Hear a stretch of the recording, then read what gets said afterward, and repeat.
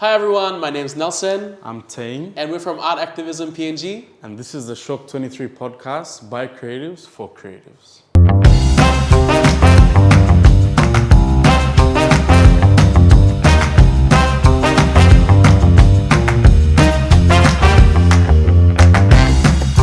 Hi, I'm Shawk23 and this is the Shawk23 Podcast.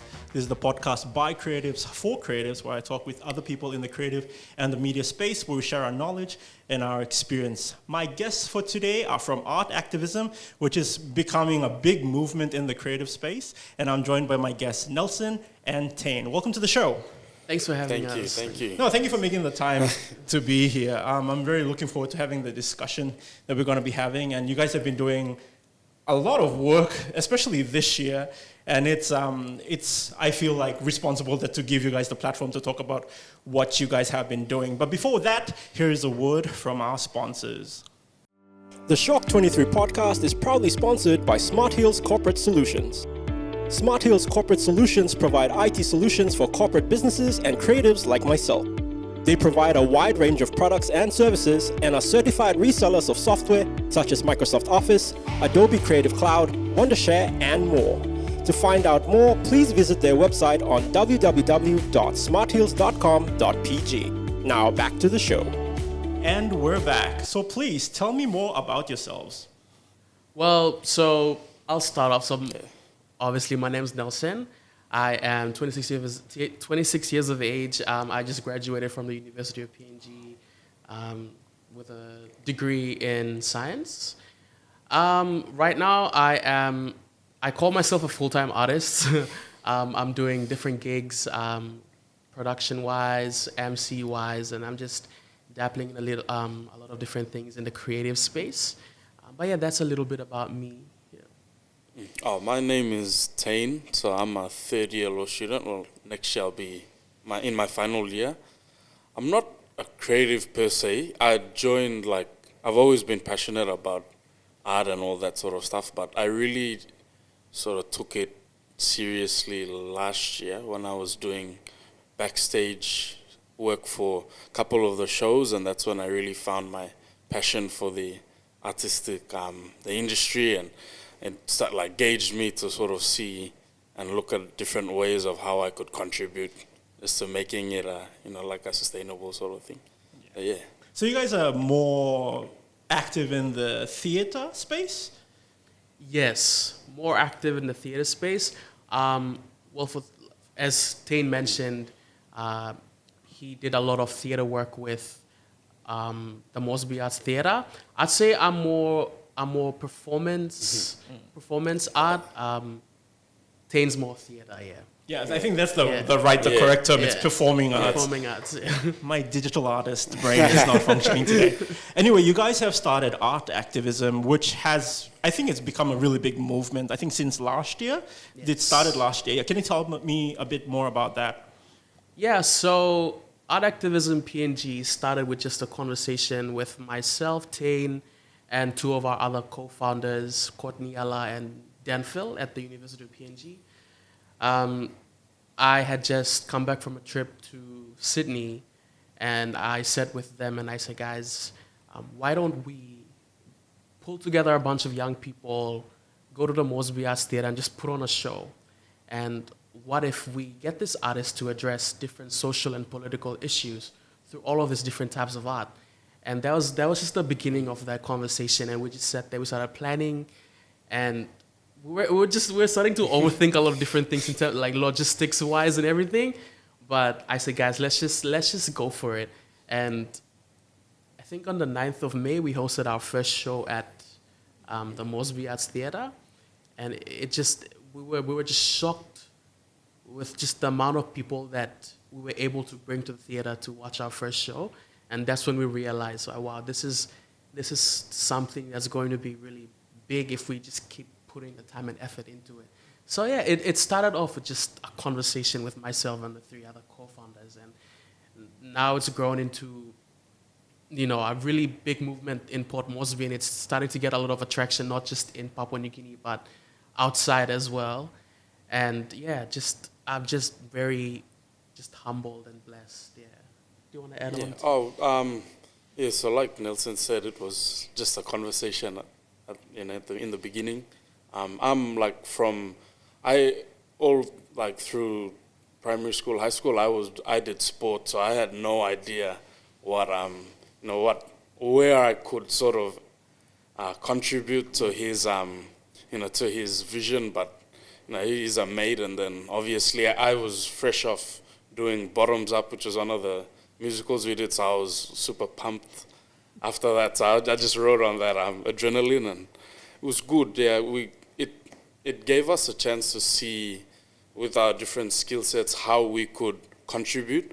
So that was a big eye opener, because we started to identify that you don't have to be really immersed in the art space to contribute. So that was, for me, that was just what I battled with. But it was good that we just did it. We didn't think about it too much, and I'm glad to see where it is now, and we're just hoping to keep building from there. Yeah. So when did you guys start to have this kind of conversations? Was it this year or last year? It was last year. Let's say April, May. Thereabouts. Oh, because you guys have already been a year. Yeah, just when the academic year for uni started. That was when we started. Yeah, so it was just it was an idea, and I just threw it on the table, and it was I was fortunate to go through this program called the Lead Next program with the Asia Foundation, and I was able to meet this amazing woman. She is a social activist in Mongolia. Her name is Zorzaya Batkuhag, and she spoke a lot about art activism and how to use art as a tool for social change. And so I was talking to them about it, and I was like, guys, why don't we just do something like that? And that was a conversation, and that's how the conversation started. And fast forward a year and 6 months later. So all you founders, did you all go to the same uni, or did you all? Yeah. You guys met. Okay. Yeah. They're all law students. I'm the only science kid. So it kind of makes sense that you guys are addressing social change, because the law is like an everyday thing that we encounter, and then combining it with the art form that is art, that is I think that's something that attracts a lot of attention, but also speaks to us in an emotional level. That's the power of art. It's always been an emotional experience than it evokes is. emotion. Yeah. Exactly. It's supposed to trigger emotions, not just sound beautiful to the ears or pleasing to the eyes. It has to inflict some kind of change, some kind of emotion inside of you in order for it to be effective. At least that's my opinion. Yeah. Everybody's so gracious with their opinions. So let me just throw mine in there. But yeah, art activism. You guys said you guys did your first show. Was that May of this year? It was May of last year. Last year as well. Yeah. So May of 2022, we hosted our first Art Activism Night project, and that's become our signature annual program. Annual project. Yeah. So the Art Activism Night project is just basically a night of activism where we bring all of our artists together, and they address all of these different social political issues through their specialized art. So whether it be painting, singing, dancing, poetry. So you mentioned like that lady that you spoke with, the social activist. How did she explain the importance that art plays in the role of activism and pushing social change? Like you said, about how art has the incredible ability to evoke emotion. And when she was speaking about it in one of our Zoom classes, I thought about how we have one of the lowest literacy rates ever in our country. And so just think about all the different all the different languages that we have in Papua New Guinea, and you think about all of these people going through different provinces, different districts, and trying to raise awareness on all these different types of social and political issues.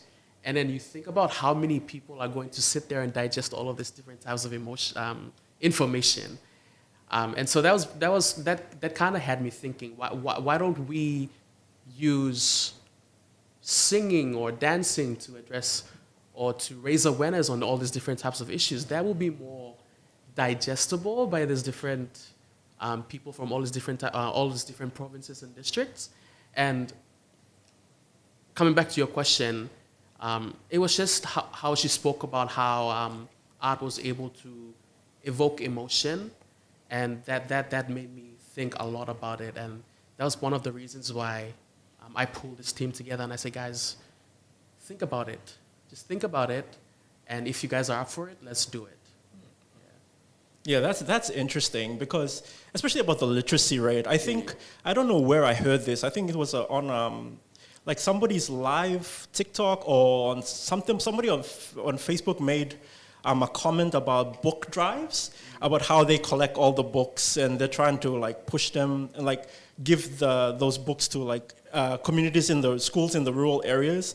And we know the importance, and we understand the importance of literacy and reading, but the problem is that some people in the rural areas, they don't even know how to read. So what value of this, like what value of the books that, like, you can have all these book drives, but what's the point when the people who need them, they can't read? So it's interesting that you've come up with this idea that instead of, I think it's just filling in, bridging the gap, and helping people to understand better these social issues that are, I think awareness is a good thing. I think it's the first step to really bringing change, that a lot of us have to admit the problem before we start addressing it and changing. What are some of the social issues that you guys have been tackling? I think one of our artists did like a really good piece on systemic corruption. There's a lot on domestic violence. That's one that mental health. These are the really big issues that people are coming out with and expressing through their art. There are also like the small ones that we don't really see, but they're there. So it's good that we're getting a range of issues. It's not just the big. You can throw up a banner and say, mental health, and domestic violence, but there are other issues as well, like the smaller ones that they come out with, and it's really, for us, we're just glad that they've chosen that avenue to sort of express their feelings and how they their views on that particular issue. And one of the great things I think about art, like you said, it brings out a lot of emotion, but I think one thing that it really does is it gauges your critical thinking. If you, that is so important that's a skill we all should have. And that's a skill I think I've really, excelled in through, trying to understand what artists are trying to do with this particular, piece. And that critical thinking element is really important because you essentially understand it better when you can think critically. And that's when you appreciate the art more rather than just bagging it, why did you do this, why did you do that? But if you can sit down and think about it and really appreciate where the artist is coming from, I think it makes a difference as to how people respond to the industry. And that is part of our mission as well as a movement, is to promote critical thinking. And coming back to all these different issues that we've been able to address with all of our artists, I think my favorite piece would have to be Nabiu Lansana's piece on sorcery accusation-related violence, and how he was able to really just break down that issue and just express it through his poetry, and how I was able to just continue having that conversation around that issue with not just my peers in PNG, but with my friends in different parts of the world, and how I was able to hear from them, especially one of my friends in San Francisco, how she said, the last time she heard about, something related to sorcery or witchcraft was the 1800s during the witch trials. And she was just amazed that that's still happening in Papua New Guinea.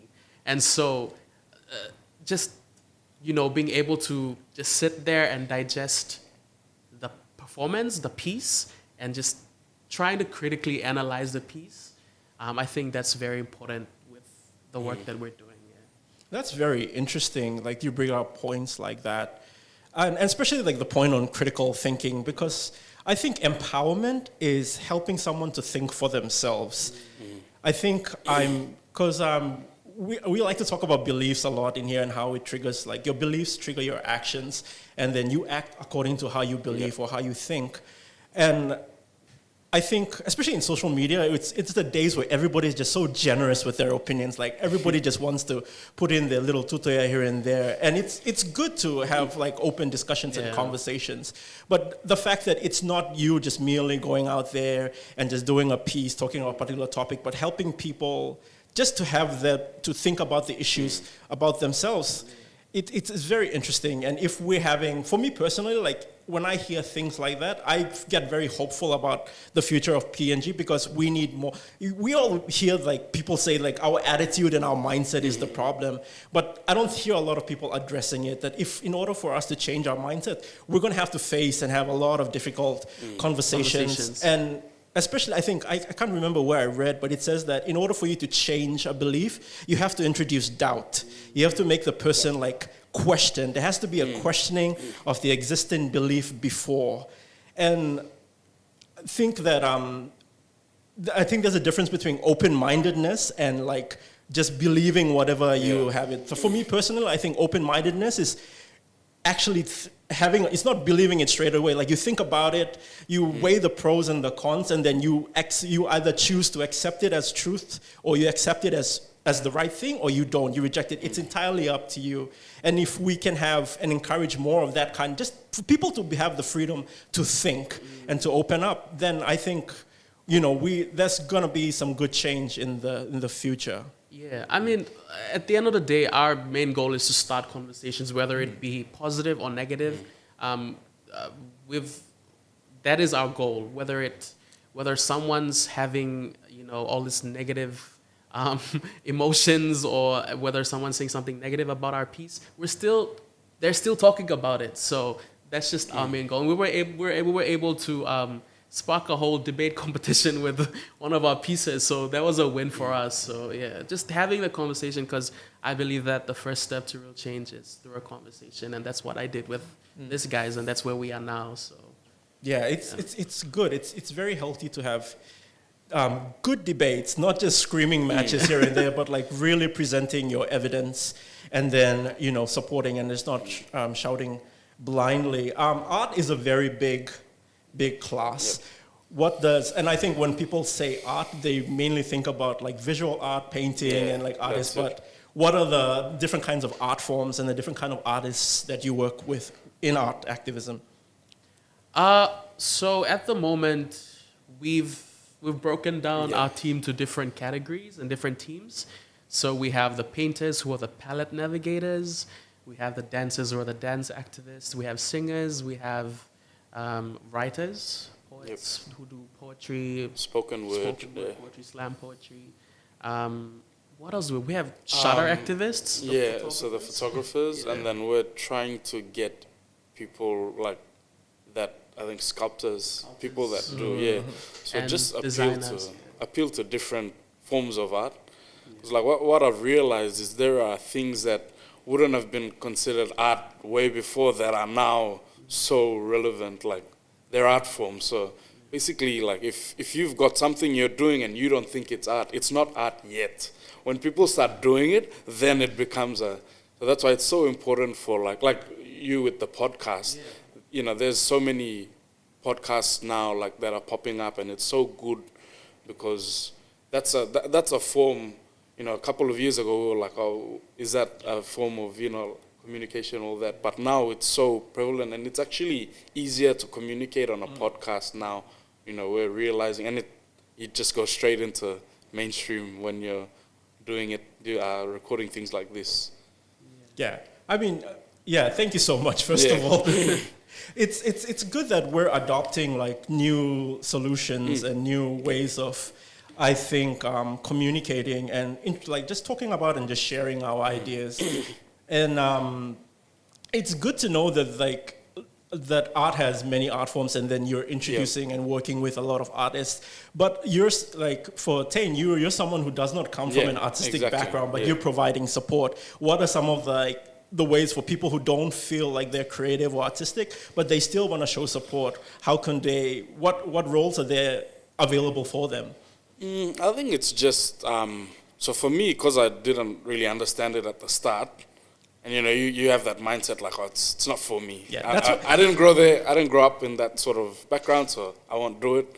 But as I because I come from sport, a big thing in sport I've realized is culture, like how, not just, your traditional culture, but how an industry, like the sort of people that are there, the attitudes, and it's just navigating through that, understanding, because going into the space, I'm like, wow, there's a lot of big thinkers, different ideas, and it's understanding and appreciating that that's their form. It may not be something that you resonate with, but it's something they resonate with, and you have to respect that. And then just offering that, the alternative perspective from the outside looking in. I think if you're on the inside a lot, you see it one way. So for art activism, I have seen myself as someone that's just going to come in and bring like a differing opinion, just, maybe we do it this way, because there may be people like me that may not understand it if you do it that way. And it's also not trying to not take away from the artist, because it's their piece, they make it, and we want to appreciate it. So for me, it's more using like the skill set I have from other things to come in. So like I do a lot of different things in the leadership space and trying to, like I'm bringing change, stuff like that. So that was my angle. So the activism side of it, that was where I was coming from. So like I read a lot about how different, artists do, or how it can actually be effective. So the effectiveness of art. And if you look at when we were doing it, we were having a lot of comments like, it's not real change, like you're not actually gonna change things. And then it's when you use it's unfair to use like a measuring stick, like you have a look at what it's like outside and you try compare, because it's very different. The industry isn't the same outside as it is here. So for people we just say just be patient, like it will get there, but it has to start somewhere. Like it can't, I saw your episode with Dan and, about the comic, no one would have ever done or we wouldn't have known the standard of comics before he did that. But now he's done it, we can see, we have a measuring stick as to, a starting point. So that was for us. And there, no disrespect, there are a lot of artists that use activism that are trying to bring change. Yeah. There are heaps, even before we started art activism. And that's, for us, we're trying to provide this space for them. So that was the vision behind it. But yeah, just if you're on the outside and you're really, looking for a way to come in, the best way, honestly, to understand how you can contribute is to get in it first. Yeah.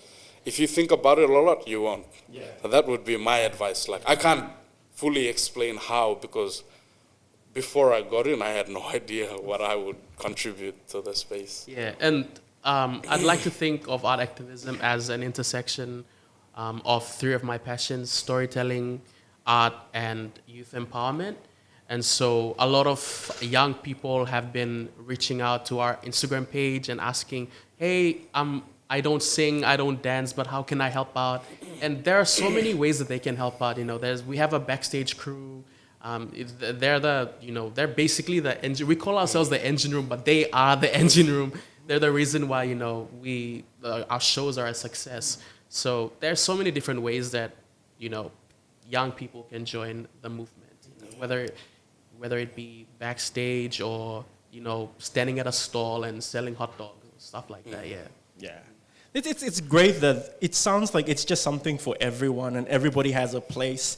Even if you're not in the forefront, a creative, there's still room for you to help support, or even being the audience, because you sound like you're the person that kind of reminds the creatives that we're the audience and this is how we're going to perceive. Yeah. So you kind of provide that voice and that sound, that reasoning. So the artists and the creatives can tailor to better and effectively communicate, which is basically the industry as a whole, when we're communicating with clients as well.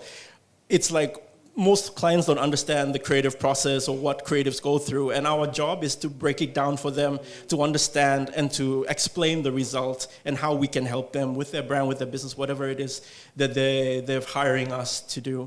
But it's great, and it sounds just exciting to learn about all of these things. You talked about culture, about you said culture, and I recently like just a couple of years ago, have also understood the other meaning of culture, because I'm so used to the traditional definition of culture, but then there's work culture and family culture and society. That is it. And that's, man, it was like, it's really, like, it was a really big opening. It's like, oh, okay, that can be defined as culture, because we can sit and we take pride in our cultural heritage, and then we see like Westerners and we're like, oh, they don't have culture, but then they have they define culture in a different sense as well. And it's just interesting to be exposed to those kind of these ideas that I think have always existed, but we're just putting names and labels to them. I also like the fact that you also acknowledge that you're not like the first to do it, but you're like this podcast as well. Like I owe this because Godfrey started his Anxious Coconut podcast, and then NewNet started theirs, and then MK from Nogam Lesman,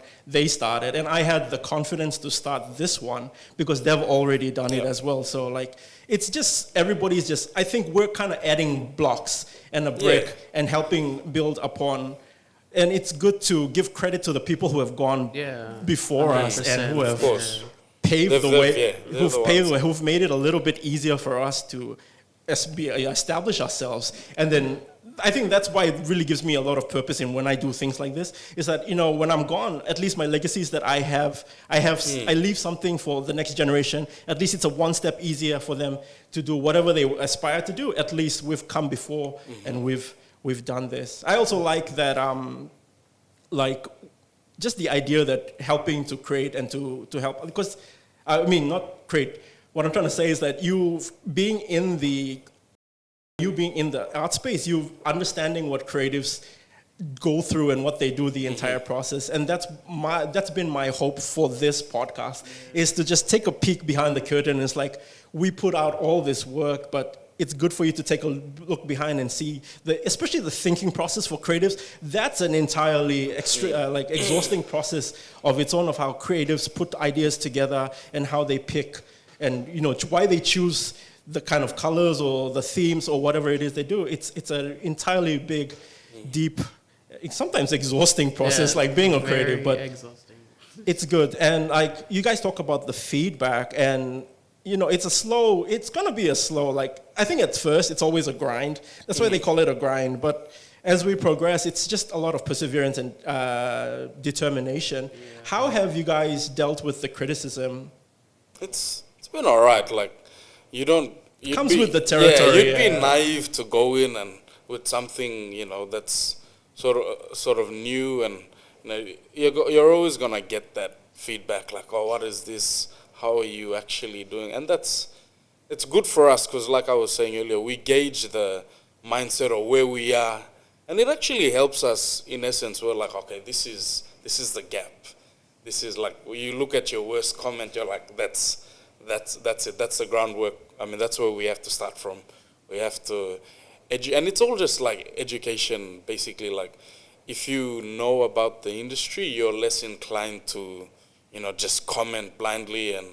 But it like, for us, I think we're lucky, because we're in that age where we've grown up with some sort of digital understanding, digital literacy. So it's easier for us to when like you were talking about with some of your videos, like, we can have a look at the video. We know that we got to go to the caption and understand that that's the context, rather than just go straight on face value and be like, oh no, that's not right. So yeah, for I think for the team, it's been, you know, it's like, for the creatives, we have to find a way to protect them. Obviously, you can't. You know, everyone they'll have their say. You just have to. It's really for the well-being. I think that's where we really have to pick up now and just find a way to manage, because we'll never stop it, you'll never eradicate it, but just find a way to just make it less impacting on the artists, who not many people realize are taking themselves into a really vulnerable position to put it out there.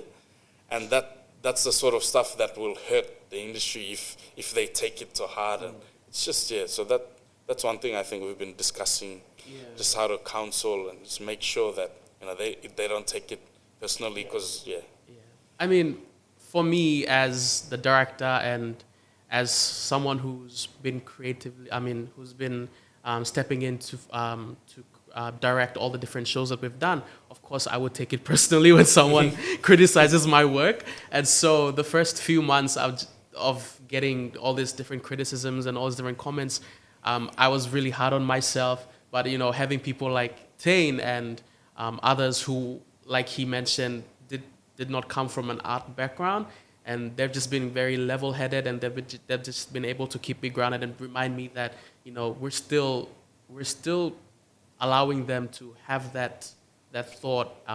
They're still talking about it, so we are doing something right. And so that's always in the back of my mind whenever I see someone comment something on our posts, or whenever one of our artists' posts goes viral and people start commenting. I just keep that at the back of my mind, and it's been really good for us with monitoring and evaluation as well. It's like, how can we improve? How can we do it different, and all that kind of stuff. Yeah. On that note, on criticism, and I really think, for me as a podcaster, it comes with the territory. When I started, what scared me was what people would think and what that comment and that post about. But I quickly had to just change my identity. It's like, no, I'm a podcaster, I'm a content creator, I'm going to put myself out there, especially with someone I'm not used to being attention at all. I never used to be someone who liked it. I'm tolerating it now because I have a podcast.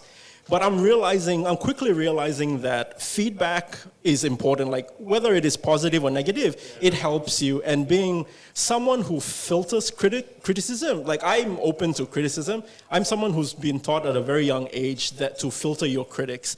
And I'm also realizing that people have the right to their opinion and how they say it. But I'm also realizing that I have the right to take it or not take it as well. I'm not responsible for what people say or how they say it, but I'm responsible for how I take it. That's up to me, how I interpret it, how I use it, whether for positive or to help me to grow or to hinder me. That's always up to me.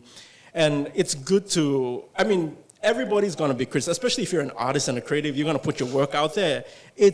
It's going to be criticized, and if you're someone who doesn't have a thick skin, or you need to develop that thick skin, then you're honestly not going to survive in this industry, because you constantly, and I like how you said that artists put their heart and soul, because it is, we put our heart and soul into everything we do. For me personally, I have to restrain myself when I'm doing client work, and I have to I separate my different projects, passion projects, just for me to go crazy, whenever. But when it comes to client projects, I have to remove all that emotional attachment I have to it, because it's their project that they're paying me to do. So I can bring my talent, my skills, but at the end of the day, it's how they want it and their vision. So it's always, for now, I think I've developed enough thick skin to just brush it aside. But at the start, when revisions came, and I used to be they don't know what they're talking about. But I just had to learn to let it go, especially when they approve an idea that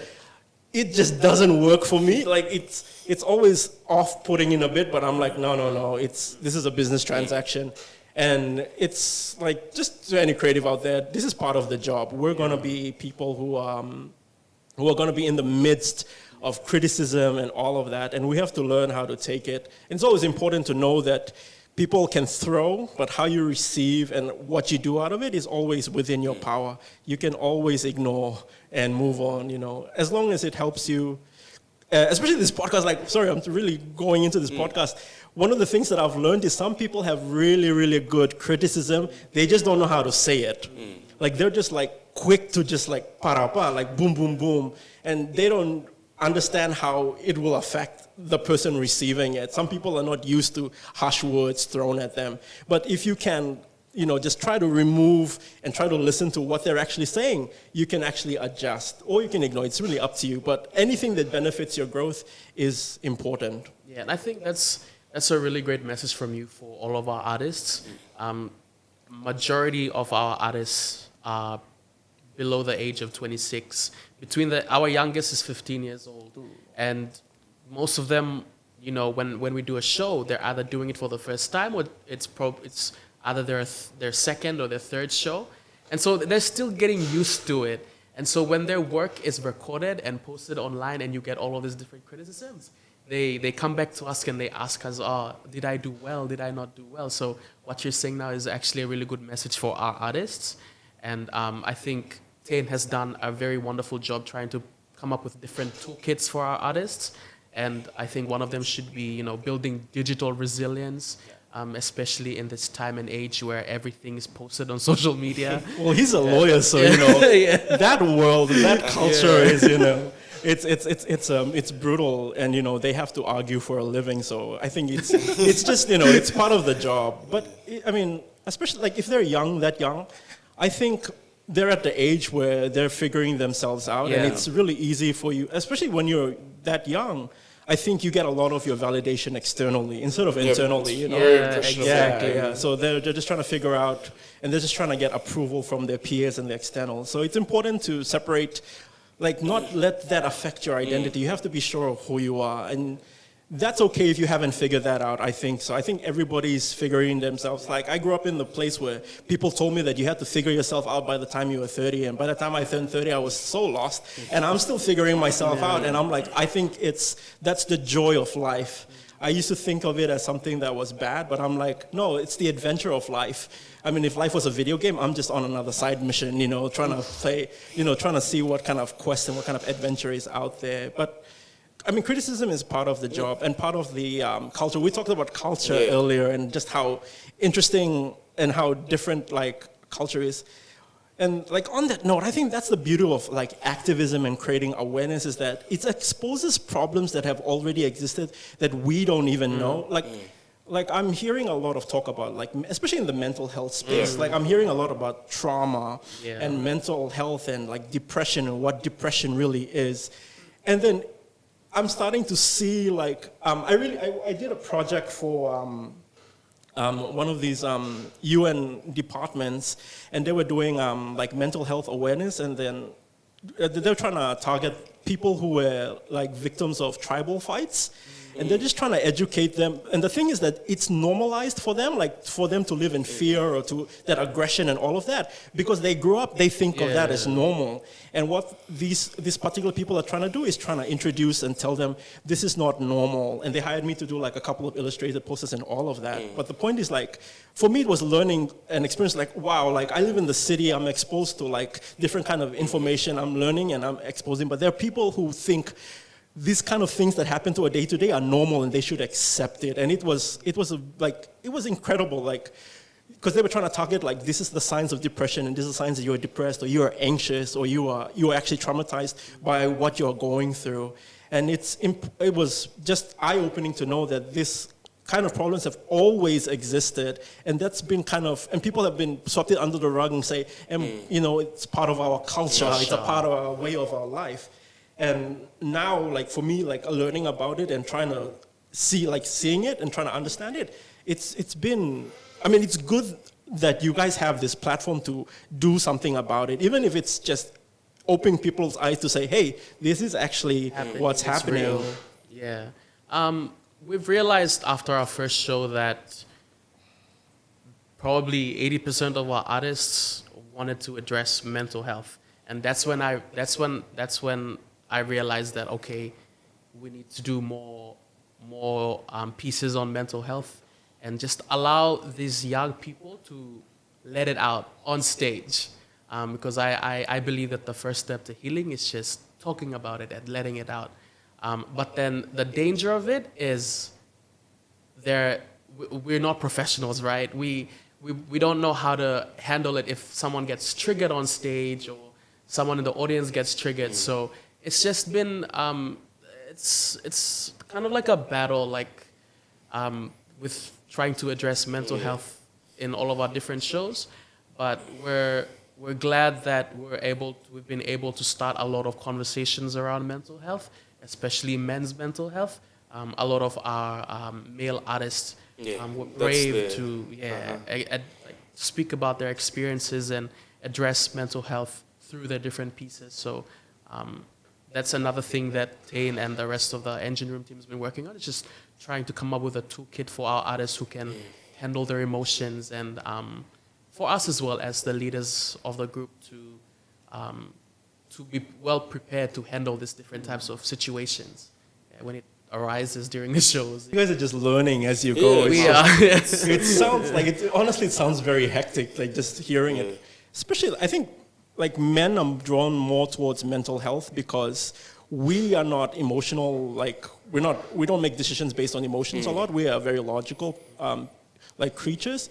So if it doesn't, so like women are very good at processing and showing and expressing their emotions. We have kind of like, especially PNG men, we've grown in a society where we've had to like, you have to suppress a lot of emotions. Like you have to be the man.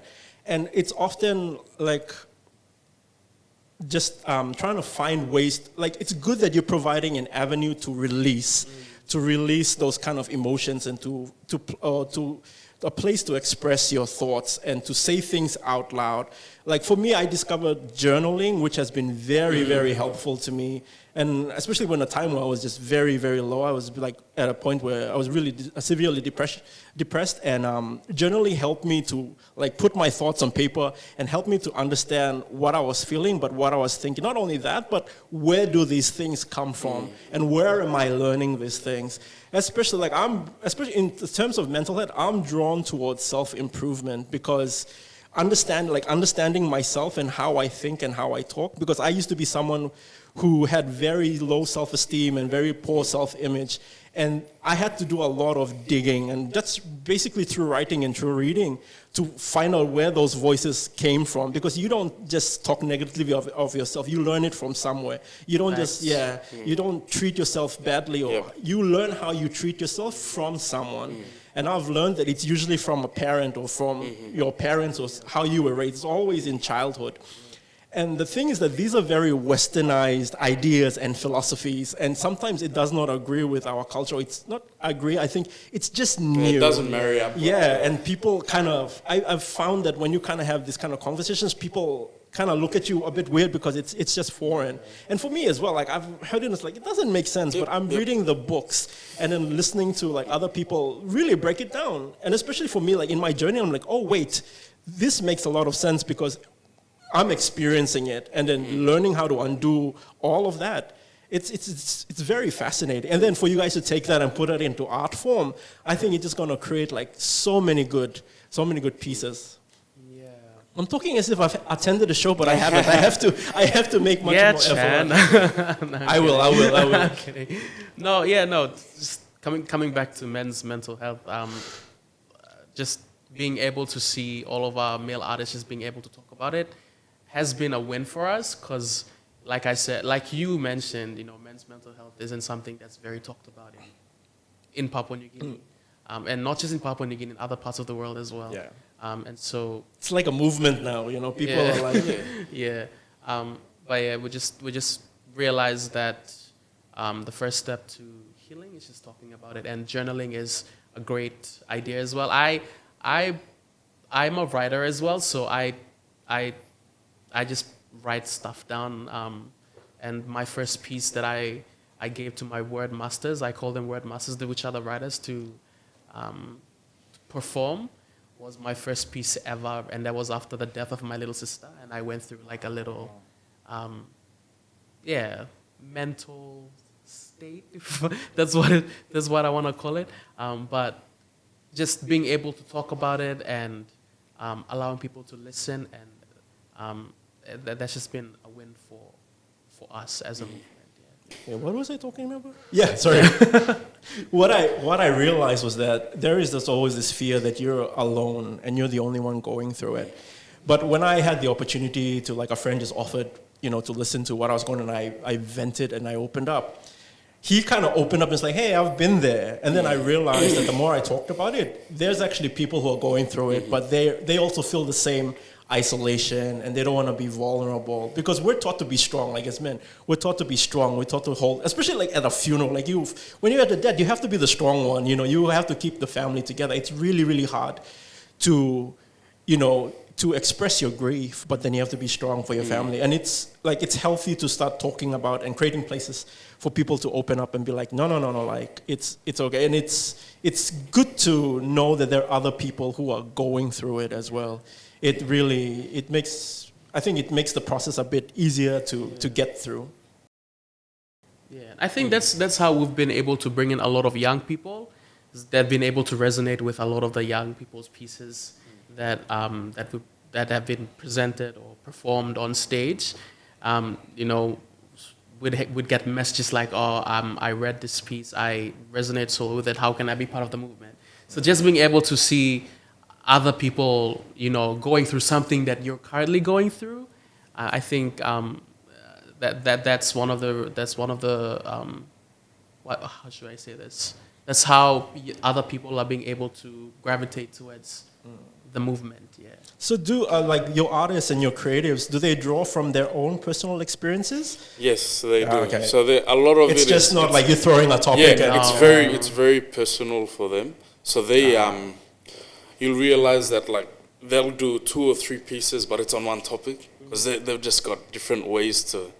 They're just translating the same message through different pieces. So like when you actually like we were saying earlier, I don't come from that background, so I'm having a look at what they're doing.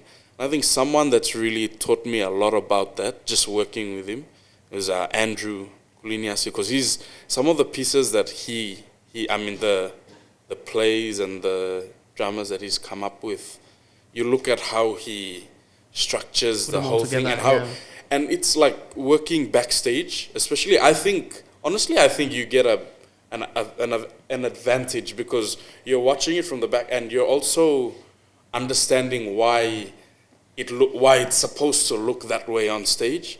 And when like having conversations with him about, you know, why this piece is there, and when you listen to the amount of thinking that goes into the piece, you really appreciate, and you actually it's quite it's daunting to see the emotion, just the raw emotion that the creatives put in their pieces, like, and then, you know, Andrew, he addresses stuff like, you know, gender-based violence, the big topics, and when you see, you know, the level of breaking down that he has to do, and, you know, a great thing about, you know, Nelson and I were part of the show, He's Victor, that he did earlier this year.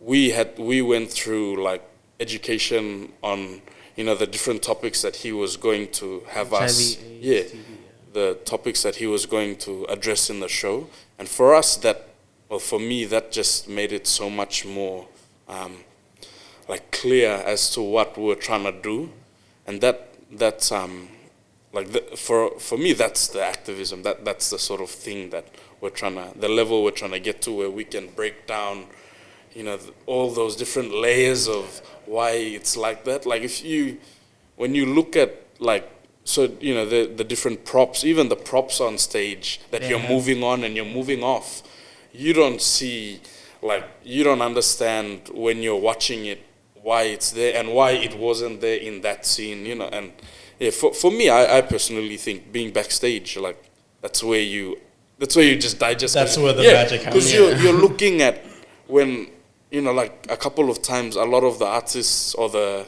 actors have run off, and, you know, they're in this stage where they're so, the emotions are so high, and you can tell that it's affecting them, but they gotta run back on when the lights come back on, like they gotta go back.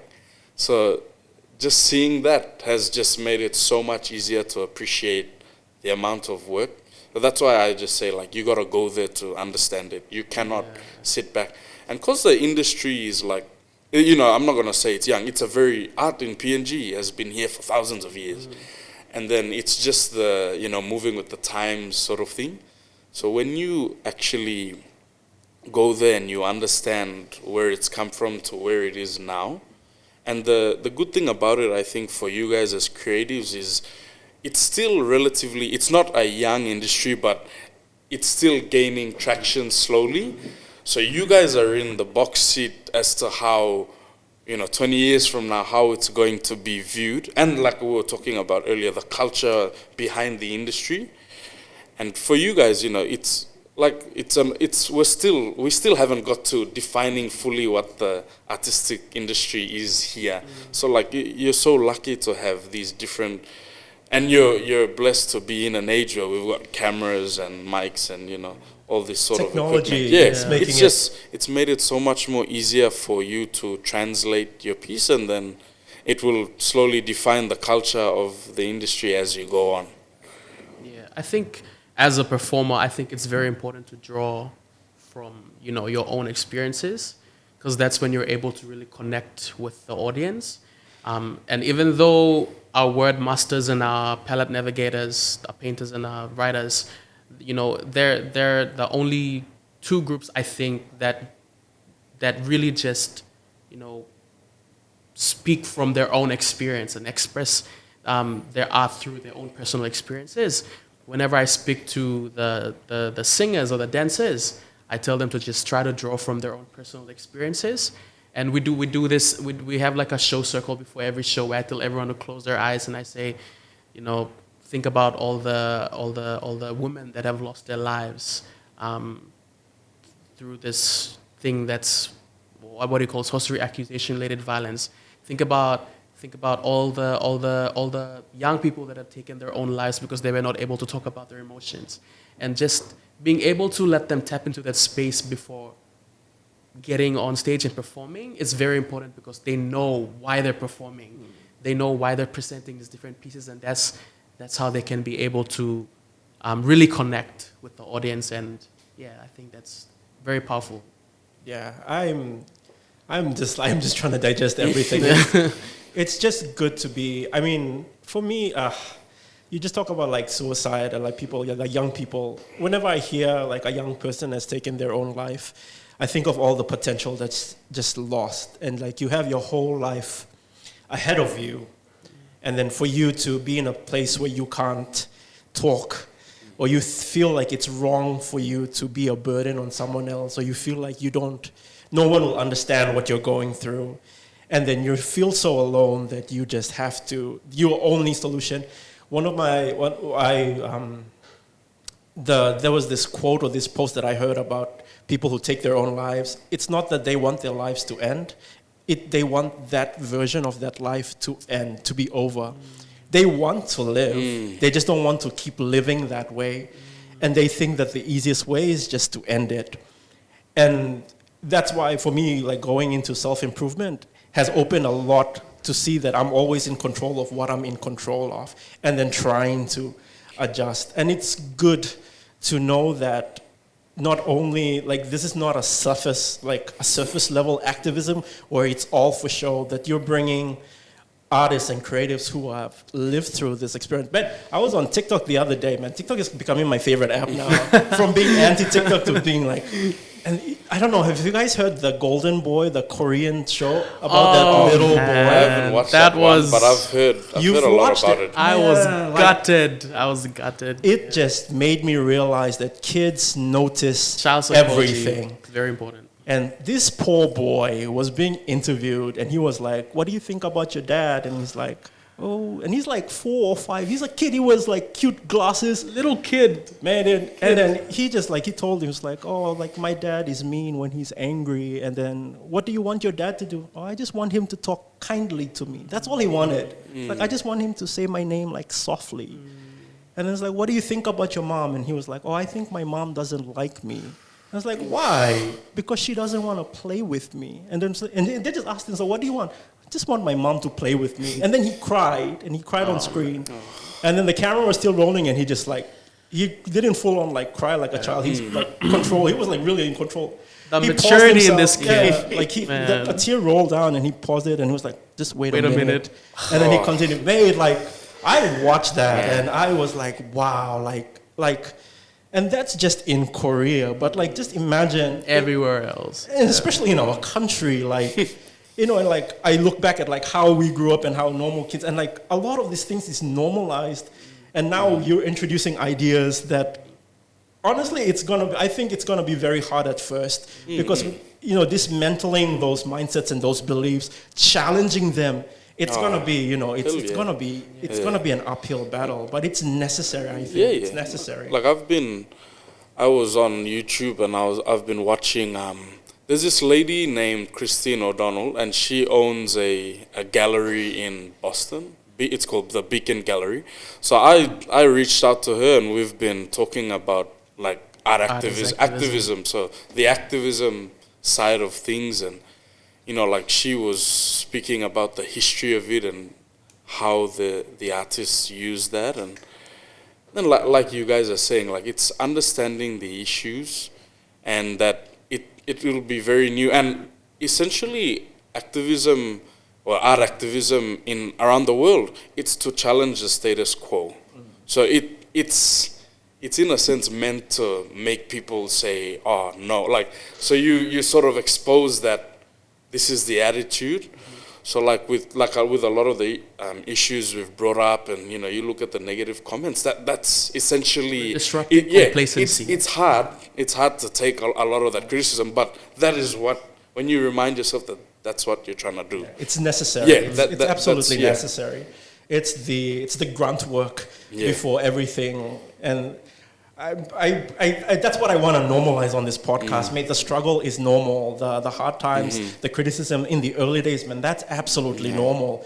Because in my experience, like as I've been navigating my own career path in this as a freelancer, and like is that I used to think I was alone. When I failed, I thought I was doing something wrong. When I struggled, I thought I was it. But I learned just by reading other successful people, it's like everybody has had that moment. Everybody great has had a moment where everybody doubted them and they were against them, but they pushed through and they persevered because they believed that what they were doing was the right thing to do. And it's always, I don't know who says it. It was like, there was a really good quote that says, if you don't want to be criticized, if you don't want anybody to talk about you, don't want anybody to say something negative about you, then do nothing. And that's always a challenge. And I think in the early, like the first year of me becoming and my people were getting to know my art, I met this lady and she kind of introduced me, talked to me about art history. And she's like, oh, artists have always been at the forefront of history. They've always been the ones who have recorded history. And so it's not really something new that you guys are doing. It's something that's always been happening. It's just kind of like you just fitting in and finding your place in society and recording. And in recording your version. I'm trying to break into that, like that. Yeah, so like with I've been writing this paper about, like the toolbox of an artist. And it's so funny for me because I'm not a creative. So, my goal is to talk with creatives, which is essentially it's all going to be the opinions and the words of artists, and it's just me trying to put it all together. But yeah, the one, like we were just talking about, like the criticism that's and the role that art has played. Like there's a quote by Picasso, I don't know the full quote, but he says, your paintbrush isn't a paintbrush, it's a weapon. So that is their mindset when they're going into create a piece. They're not going to create it all for show. They're going to stress a point. They're going to bring a message, and that's essentially what we're trying to build. Like we were talking about that culture where your art is your weapon. So, and there's this, in the University of Cape Town, I'm reading papers there as well. Kitso Seti, he's someone that's done papers on it. He says that, in his opinion, he says that all artists should be activists by nature because that's the power you have.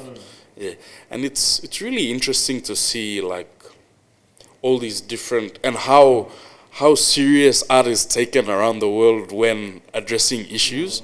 Like you have, when we did history in school, a lot of the ways we would understand the the dynamics between different countries was by looking at the comic or the newspaper, the drawings in the newspaper.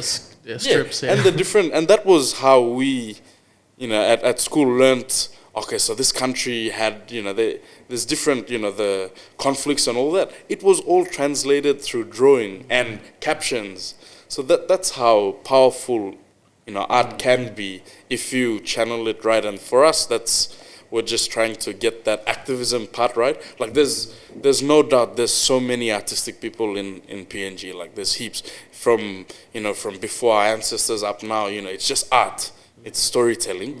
And then for us, it's just channeling into that activism space and seeing how we can, it's still very new. So we're finding our feet. And there's a lot of things we'll have to work on. We're not a complete product by any stretch. And like all that stuff comes into play, managing emotions, all these sort of things. And I think for us, we just have to talk with our artists here about how they do it. So yeah, that's one of the projects I've been working on. Yeah. It's just exciting. It's exciting to hear all this, especially on the note that you said that art's been here forever. Like once I've learned about branding, I just completely understood that Papua New Guineans will be so good at branding because we've created so many different cultures, and like we've designed tattoos that are symbolic and it talks like specific to a particular tribe, and then face paints and all of this. Our ancestors designed all of that, and I was like, mate, it's not foreign to us. It's just us just tapping into that and then using the tools that are available just to amplify it. And I think it's very exciting what you guys are doing. And just for me to like interview you guys early days, that's kind of the exciting thing. It's like I get to interview guys like early days, and then when you guys make it big, I can be like, yeah, you see, like this is evidence of growth. But anyway, we can go on and on, but I think we have to wind down. But how can people get in touch with you, or how can people be involved? Is art activism open to everybody? Yeah, it is open to everybody. At this point, at this stage, you can reach out to us through our Instagram page, Art Activism PNG. That's our handle on Instagram. You can even reach out to us on TikTok. We have a TikTok account, so Art Activism PNG. Or our email address, artactivimpng@gmail.com. You can, just send us a message, tell us that you're interested, you want to be part of the movement. You don't have to be a creative to be part of the movement. You just have to have that passion for change, and that's basically what everyone in our team. Like we build a sense of community with our team, and we already have like a huge membership base of 100 just over the last year and 6 months. So, and we're still growing. Yeah. I think after this podcast, expect like some exponential numbers. Yeah. So yeah, you don't like I said, you don't have to be a creative to be part of them. You just have to have the passion for change. So, yeah. No, as Nelson said, it's just about the and also if you're interested in like I was saying earlier, you got to get into it so you can really gain an appreciation. And if you've always, had a look and wondering what it's all about and all that, you just, shoot us a message. We're more than happy to have different, because that's, for activism, there's not one way to do it. There's so many ways. Like in art as well, there's not one art form, there's many. So for us, we're welcome, we're open to everyone who wants to come on and even just learn about it. That doesn't have to be, participating, just to learn about something new. Yeah. What can we expect from art activism, like moving into next year and onwards? Well, right now, my team and I were just still focusing on trying to build that foundation. But expect shows. We'll be doing a lot more of our art activism night projects.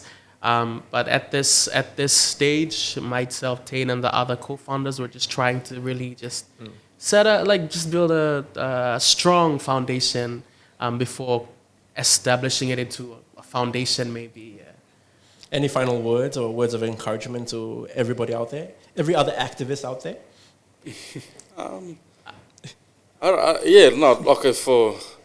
Nelson, you can talk for people in the industry. I'm going to talk for people outside. If you're not part of the industry and you think it's for a certain group, you're 100% wrong. It's for everyone. And the lessons you learn, the people you meet, it's really important for your networking and just for you to understand that there are people with different interests from you, and it's okay. And it's good to appreciate people's, views and their standpoints on different issues. On they, like I keep saying, interests, but it's great because when you understand that your interests aren't necessarily the only ones that are there, and there are different people with totally different mindsets, that's when you grow your ability to think critically. And for me, that's what art has done. And I think, for everyone that's, looking for something new and something that you haven't tapped into, the art space the creative industry is honestly the best possible place to start. Yeah. And I just want to say, like, just a message to just anyone who's listening to this right now, to all the Papua New Guineans out there. You're very privileged to be from Papua New Guinea, a very like a country that's rich with all this cultural heritage. I lost my trail of thought. Be proud. Be proud. You come from a democratic nation. That is a privilege. So find that agency and just go out there and do something. Do something. If you want to do something, the first step is to just talk about it, and that's what Chan's doing with this podcast. And he's allowing all those different creatives to talk about it. So first step to real change is a conversation, and see where it goes from there. Yeah, thank you so much. This has been a very rich, enriching conversation. I'm just privileged just to know that you guys are doing that kind of work, and like all the support you guys. It's just, I cannot express how excited I am for what you guys are going to pull off in the future. But it's always good to know that change starts with you, and you're an activist. And there's always something you can do. Always something that you can do. So there is nothing that is outside of your control. You can always control your words, you can always control your thoughts, and then of course you can always control your actions. And yes, we're going to start another session. Thank you so much, Nelson and Taine, for being with me on... Sorry, Taine.